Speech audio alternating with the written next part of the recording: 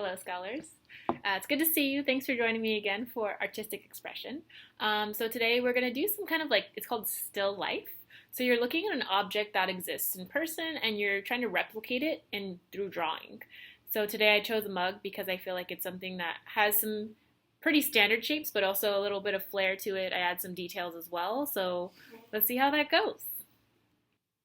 All right, so when you're looking at your object, in my case, I'm going to be doing a mug. I'm looking at first the composite shapes, meaning the shapes that make it up. So the first thing that draws my attention is the big circle at the top, where you'd normally drink out of, right?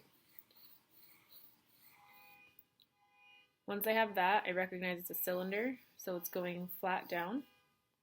Excuse the car alarm outside. I realize I think it's a little bit longer than I've drawn it. Extend that down, and again, because it's a cylinder, there's a round bottom. All right, and then from there, we have our handle, which kind of comes pretty much straight out and then around. It seems a little bit narrow, so I'm going to use that as the inside.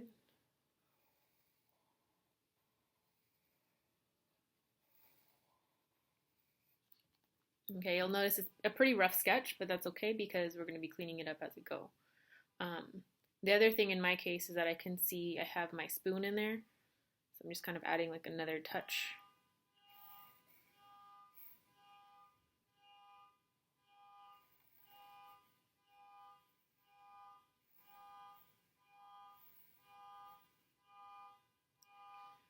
And it has these kind of like cool patterns on it.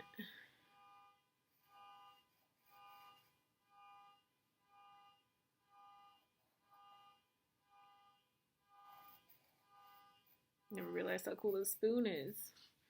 And then it has my little bit of oatmeal that I'm waiting for it to cool. And it follows the shape of the cup. It has a little bit of texture to it. You can see it kind of has like little granules, so just kind of scribble that in. Alright, so now that we have the general shape, I'm going to go into more details kind of like I've been doing with my spoon and everything. Just because I like drawing, I'm going to add the coaster on the bottom.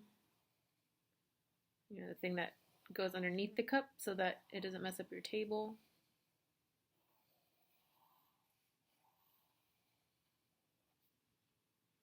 And I notice it has these like little leaves on it.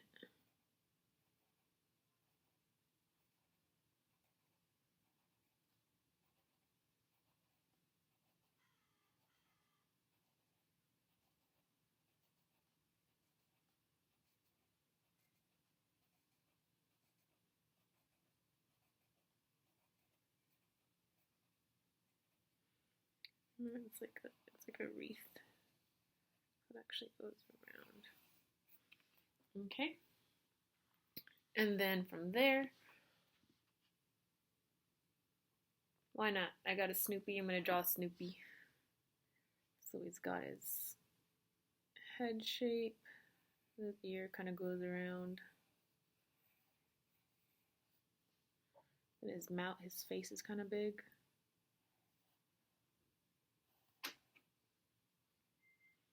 Then we have, I could forget the bird's name, but the bird is here chilling. Got all the noises today. And Snoopy's holding him. And he's sleeping.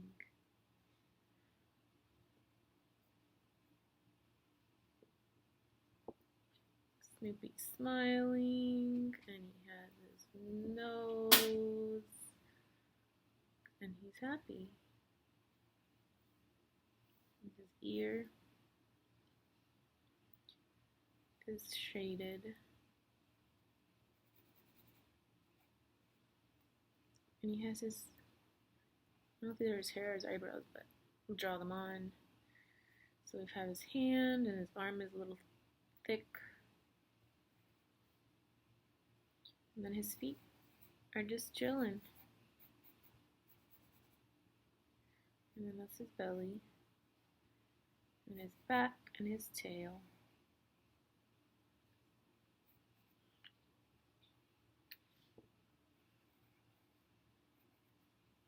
Alright, So that's the general shapes of my mug.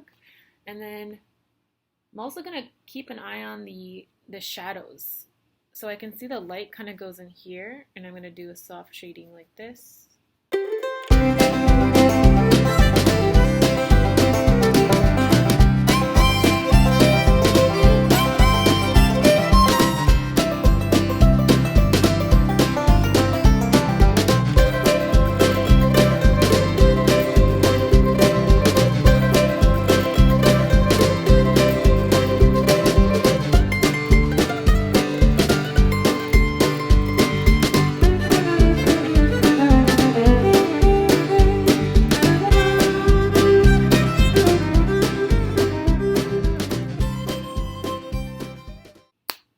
And we're done.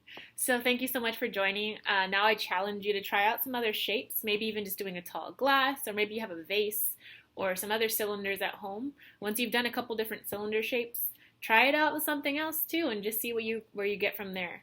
Bottles and things like that that have the extra curves can be really interesting. So have fun and enjoy. See you next time.